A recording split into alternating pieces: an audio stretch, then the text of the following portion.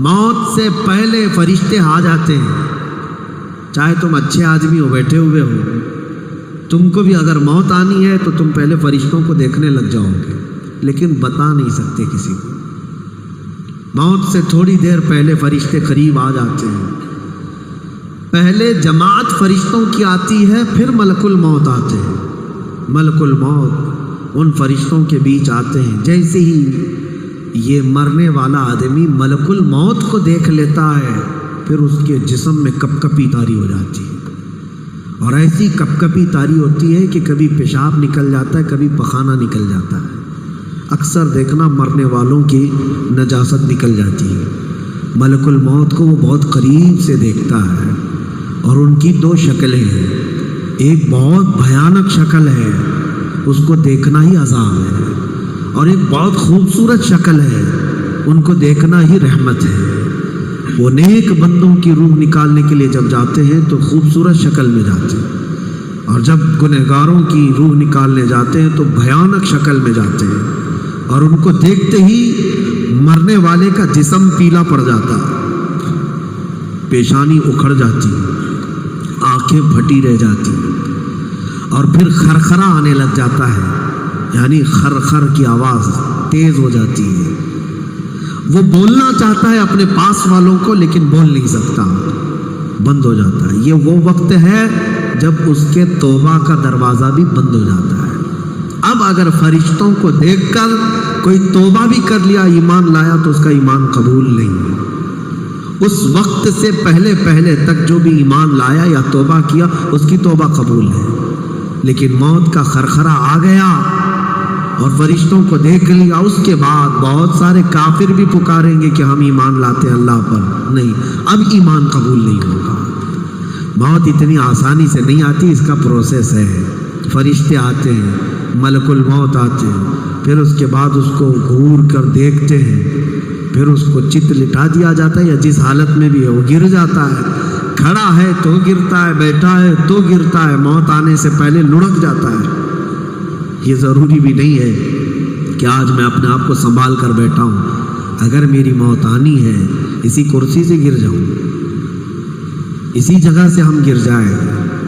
اور اس کے بعد ملک الموت روح کھینچنا شروع کرتے ہیں. پیروں کے ناخنوں سے لے کر ہاتھوں کے ناخنوں سے لے کر اس کے جسم کے ہر حصے سے لے کر ناک تک کھینچتے ہوئے لاتے ہیں. اور اس کے بعد جب پوری روح نکل جاتی ہے، وہ لے کر کے چلتے رہتے ہیں، اور مردہ ان کو جاتے ہوئے دیکھتا رہتا ہے. آنکھیں سب سے لاسٹ میں کھلی رہتی.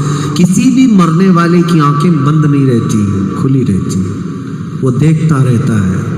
اسی لیے حدیث پاک میں ہے، جب کسی کی روح نکل جائے تو سب سے پہلے تم اس کی آنکھیں بند کر دو.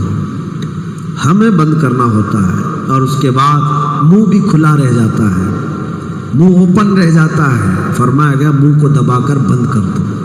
یہ سب نشانیاں ہیں میرے عزیزوں موت کی سختیوں کی.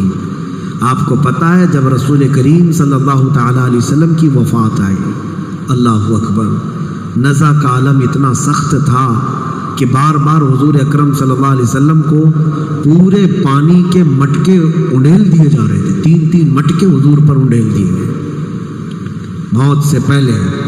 اور حضور اس کے بعد تھوڑا آرام محسوس کرتے، اور پھر شدت کا بخار. اور وہ آخری وقت تھا جب حضرت فاطمہ آپ کے پاس آئی تھی. حضور نے ان کے کان میں بتا دیا، وہ رونے لگ گئے. کیا کہا تھا؟ حضرت فاطمہ کہتی، حضور نے فرمایا، اے فاطمہ اب میں جا رہا ہوں، میرا آخری وقت ہے. پھر ایک دوسرے کان میں ان سے کہا، میرے خاندان میں سے سب سے پہلے تم مجھ سے ملنے والی. آج یوم فاطمہ بھی ہے، سیدہ کائنات کا آج یوم وصال ہے، 4 رمضان المبارک. تو رسول کریم صلی اللہ تعالیٰ علیہ وسلم حضرت عائشہ صدیقہ کے سینے سے سر لگا کر لیٹے ہوئے تھے. حضرت عائشہ فرماتی ہیں، سنو، مجھے پتہ ہی نہیں تھا.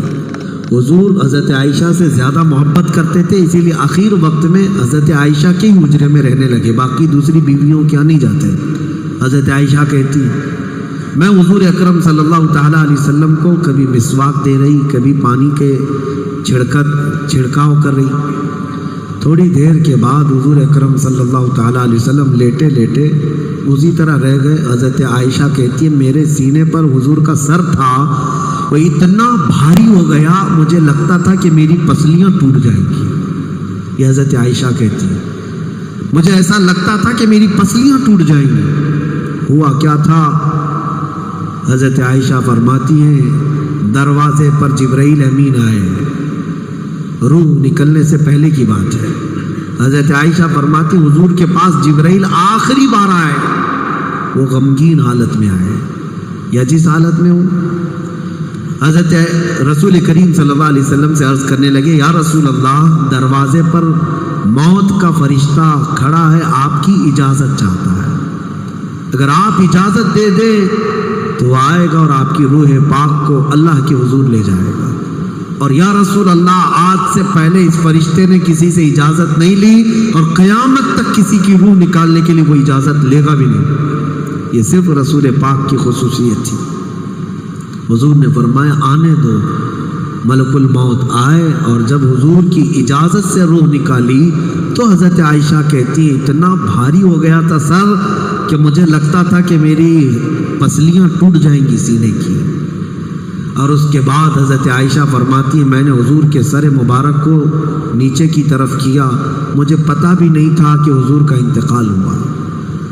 میں حضور اکرم صلی اللہ علیہ وسلم سے باتیں کرنے میں مصروف تھی، اسی میں حضرت ابوبکر صدیق حجرے میں آئے، پوچھا عائشہ کیا حال ہے حضور کا؟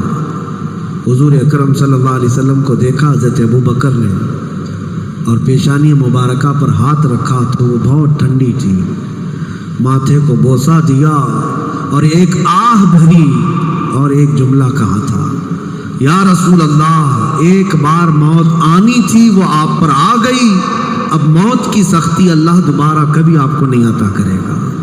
موت کی سختی کیونکہ حضور کو انہوں نے دیکھا تھا، کئی دنوں سے تکلیف تھی، 13 دن تک حضور پاک صلی اللہ علیہ وسلم کو تکلیف تھی، 13 دن تک۔ حضرت ابوبکر کہتے ہیں یا رسول اللہ اب موت کی سختی دوبارہ کبھی نہیں آئے گی، جو اللہ کا وعدہ تھا وہ پورا ہو گیا۔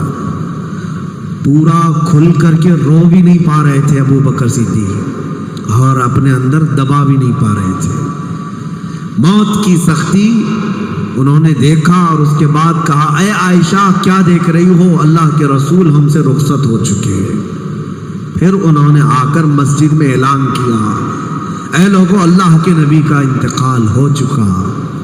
اب مجھے یہاں یہ بتانا ہے اگر موت سے کوئی بچ سکتا تھا تو سب سے پہلا نمبر تو رسول اللہ کا ہونا چاہیے تھا، کیونکہ اللہ کے سب سے محبوب نبی وہی ہے۔ جب رسول پاک صلی اللہ تعالیٰ علیہ وسلم کو بھی موت آئی تو میاں ہمارا اور تمہارا شمار نہیں، چاہے 100 سال زندگی مل جائے لیکن مرنا ضروری ہے۔ بہرحال یہ باتیں بڑی طویل ہو جائیں گی۔ موت کا تذکرہ اس لیے بھی میں زیادہ کرتا ہوں کہ حدیث پاک میں ہے مومنوں کو یہ تذکرہ کرو تاکہ ان کو گناہوں سے نفرت پیدا ہو جائے اور آخرت کے سفر کی تیاری وہ شروع کریں۔ اللہ کریم ہم سب کو دنیاوی خرافات سے محفوظ فرمائے۔